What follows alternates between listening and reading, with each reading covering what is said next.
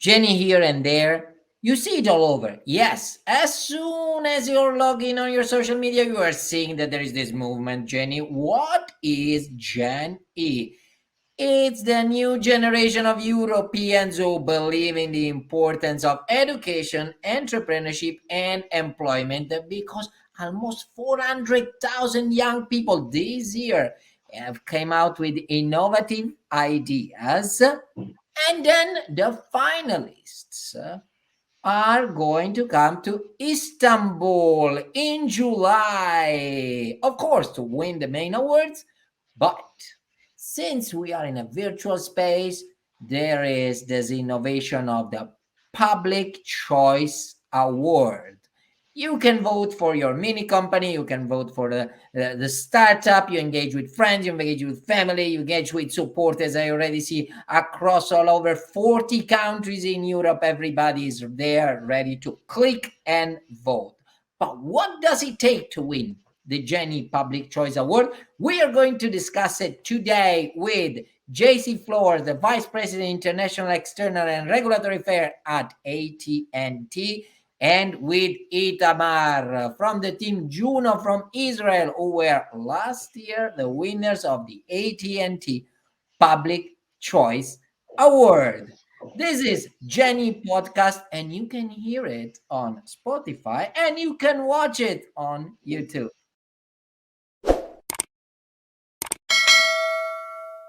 So let me start with Itamar. Itamar, welcome. What is Hello. Juno? What is Juno? Tell us, what is this Juno? What is this business idea? Juni started as a school group and in the JA Israel competition, and now we tried to think about an idea, and given the fact that today there's a lot more awareness regarding the difficulties of people with severe allergies, and that each one of our group members knew at least one person with life-threatening allergy, we wanted to come up with a solution that will help these people in their day-to-day life. Now, we couldn't just solve the allergy itself, so we tried to help them with something that can deal a lot of problems and even panic. And that was the fact that right after an allergic reaction, you need to be immediately evacuated into a hospital. But the problem is that most of your surroundings don't know that they need to call an ambulance. So our company was mainly focused on the idea of a device that in the moment of the injection will automatically call 911 services. And that was how HappyPen was born. It's a device that acts as a case to the EpiPen injector. And the moment the injector is just pulled out of the case is automatically calls 911 services and the ambulance. Imagine you are in this emergency situation. Of course, well, you want to do the injection, you need to find your phone, you have to call. Well, no, this is doing automatically. How many precious seconds and minutes this is going to save? Amazing innovation.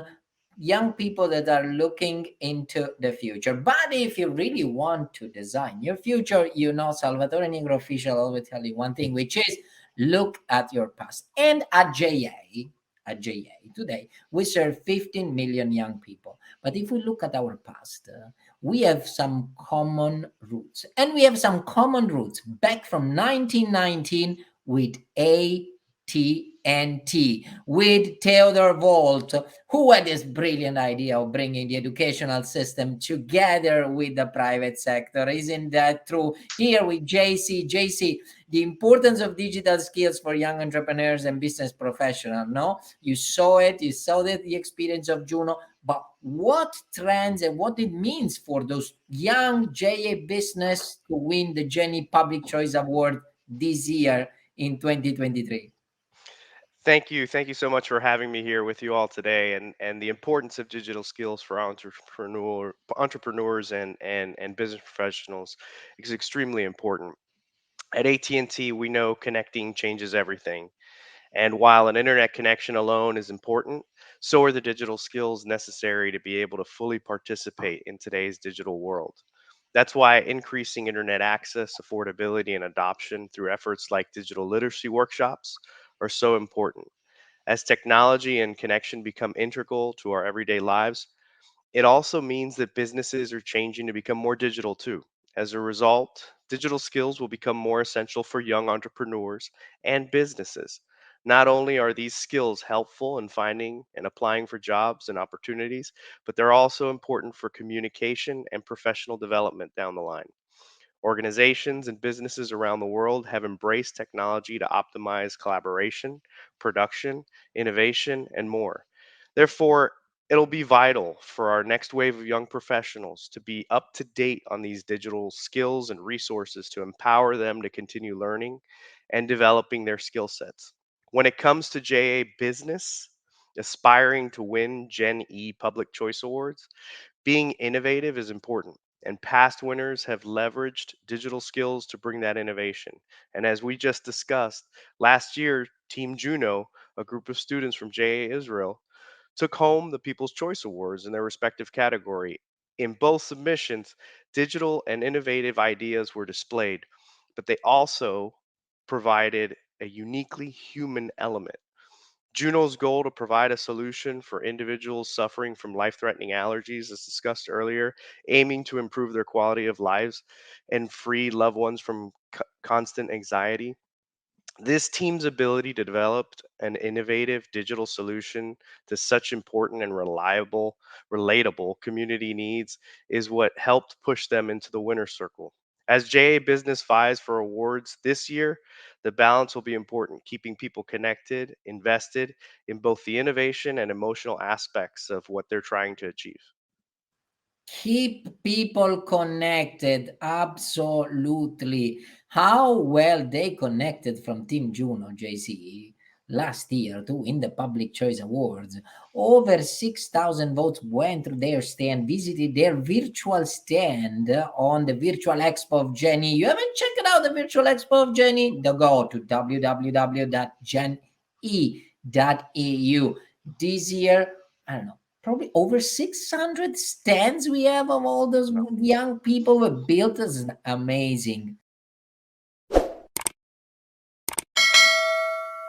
Juno, what strategies, Itamar, what kind of strategy you put to attract the online votes last year and win the Public Choice Award? Well, in order to attract more voters into our stand, we started by actually face-to-face marketing, and it was like the first strategy we could think of. And we used students in our school, and we asked them and explained about the competition, about the entire initiative, and about the product. And we also explained how they could support us and to promote it. But eventually, we understood that we could actually become way more evolved in our marketing efforts. And we've started to communicate with people through social medias like WhatsApp and Instagram. We've posted messages, videos, and requests. We just explained about the entire Gen E idea, about our product, about HappyPen, and about the way people from all over Israel and outside of it, how could they help us in promoting this idea and winning the competition.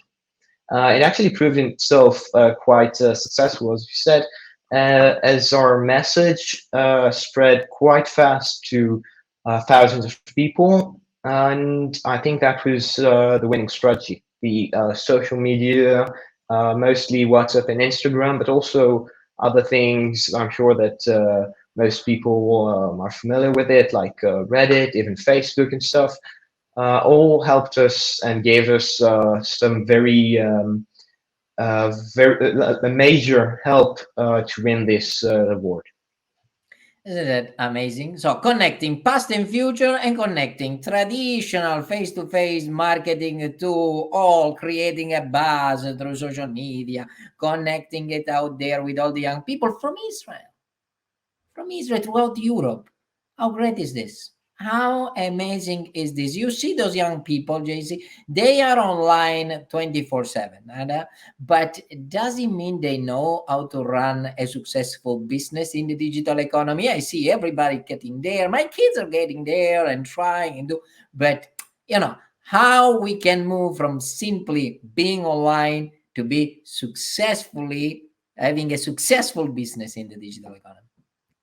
Great question. So how can we, run a business in a digital economy? And luckily, not necessarily do you have to be on personally 24/7, but the resources available to help entrepreneurs and navigate the digital landscape are out there today. And in order to run a successful business in the digital economy, today's youth needs to understand technological basics, as well as being prepared for additional factors like online security, digital infrastructure, e-commerce, e-business, and more. Functioning in today's digital economy is more than just being able to get online and use your favorite apps. The digital economy has changed how we share information, how we innovate, and how we reach customers. All those things must be taken into consideration and understood to operate a successful and effective business. Everything from marketing to empowering workers has been altered in some way by the digital economy. So, being prepared and equipped with the tools to adapt will be necessary. In addition, today's youth need to be ready to keep thinking of new possibilities and solutions presented by emerging technologies. So, being ready to jump in and develop new prospects will help lead success.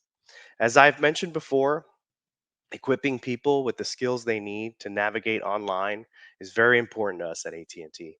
And we're not just outlining how to gain skills and confidence, but actually providing people with the tools to do so. In the US specifically, we're working to equip people with the skills they need through digital literacy workshops as well as other digital learning focused programs like the Achievery. Getting and keeping people connected is important, but ensuring that they have skill sets to actually utilize those resources and innovate and development is vital.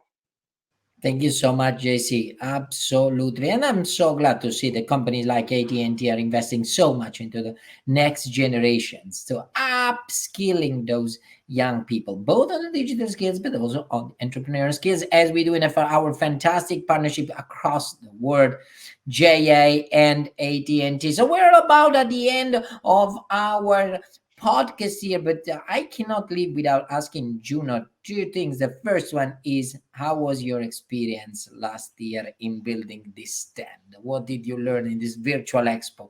Any major success and failure you saw, Itamar, last year? First, how was the experience of building that virtual stand? I have to say that it was a fascinating process because we had to think about what would attract people to read about our idea and to hear about it, and we needed to think also what would catch people's eyes, how to make them come to our stand, how to make our stand not just good but the best.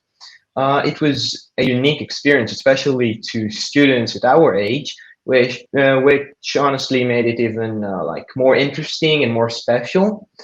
Now, I think that honestly, I enjoyed it really much, very much, but there were some challenges. As I said before, the face-to-face marketing didn't work as planned. It forced us to evolve into the digital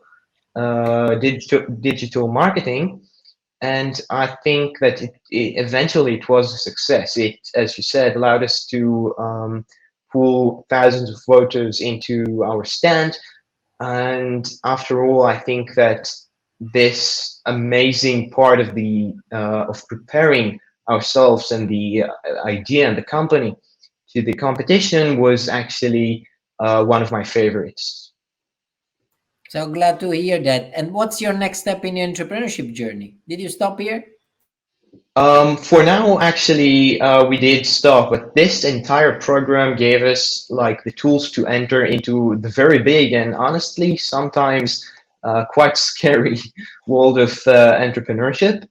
I know that, well, not if, well, when we'll go back into this world, we'll just have so many knowledge, so much knowledge about everything we need to do, everything we can do. So despite the fact that for now our journey is on pause, I'm sure that it's not over yet. I'm It's sure you it's need to still finish presenting. your study out there, definitely, and then reconnect. Yes, And here we yes. are here to support you. We are here to provide advice to you. As JZ, let's give some advice to this year Jenny 2023 youth who are aspiring to the Public Choice Award. What do they need to do? So, my advice to the Jenny 2023 youth would be to think big and across the board. Think outside of the box, innovatively, digitally, and emotionally. It's just how Juno won last year. How can your team and your idea make a difference? Juno came up with a great base idea, helping people who are experiencing allergic reactions. The strong starting point appeals to many on a lived experience level and offers an opportunity to think big and find a way to innovate and make a solution better. That has always been how we approach our work at AT&T. Expanding connections is the obstacle we want to address for our customers, and from there we developed our strategy in using technology, research and development, and innovation in ways to enhance connectivity. For years, we at AT&T have continued to think big and bigger beyond just providing internet and phone service, utilizing fiber, 5G to tackle big issues like climate resiliency and public safety. Jenny 2023 will be a great opportunity for youth to really embody that idea and push their ideas to the limit of innovation. So, congratulations again to Team Juno for last year's victory and look forward to the rest of the teams for 2023.